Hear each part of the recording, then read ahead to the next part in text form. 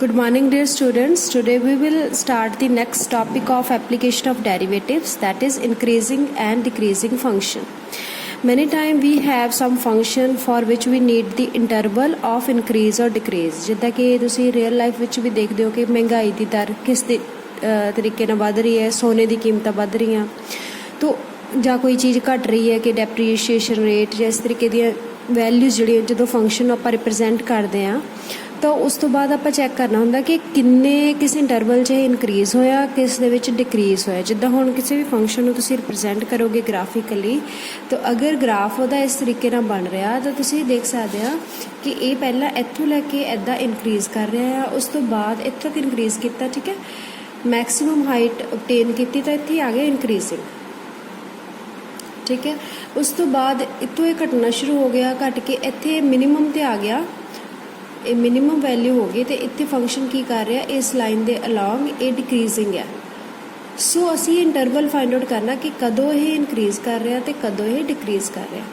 So how to find the interval of increase ਔਰ decrease of function, this is our topic.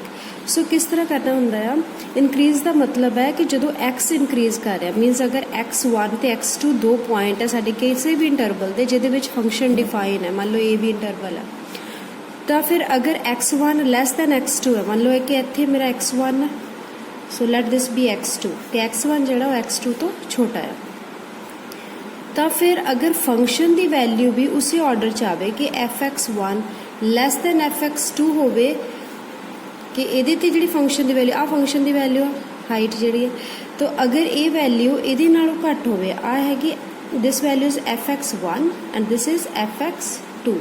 ਅਗਰ fx1 fx2 ਤੋਂ ਘੱਟ ਹੋਵੇ, ਕਿਉਂਕਿ x1 ਵੀ x2 ਤੋਂ ਘੱਟ ਹੈ, ਉਸੇ ਆਰਡਰ 'ਚ ਰਵੇ, ਤਾਂ ਇਹਨੂੰ ਆਪਾਂ ਬੋਲਦੇ increasing function, this is called increasing, ਠੀਕ ਹੈ।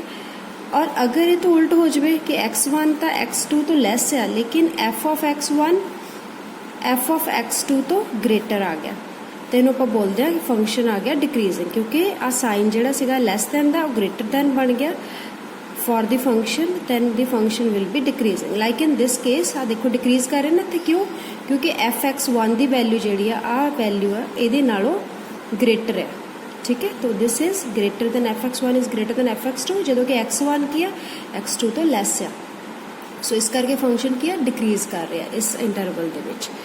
ਸੋ ਇਸ ਤਰੀਕੇ ਨਾਲ ਆਪਾਂ ਇਨਕਰੀਜ਼ਿੰਗ ਡਿਕਰੀਜ਼ਿੰਗ ਫੰਕਸ਼ਨ ਦੇ ਇੰਟਰਵਲ ਚੈੱਕ ਕਰ ਸਕਦੇ ਹਾਂ।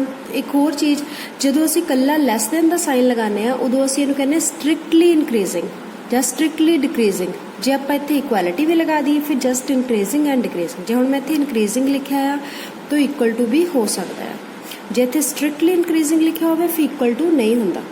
ਸੋ these are the definitions of increasing and decreasing function. So ਉਸ ਤੋਂ ਬਾਅਦ ਇਹਦਾ ਰੂਲ ਕੀ ਆ, ਵਟ ਇਜ਼ ਦੀ ਮੈਥਡ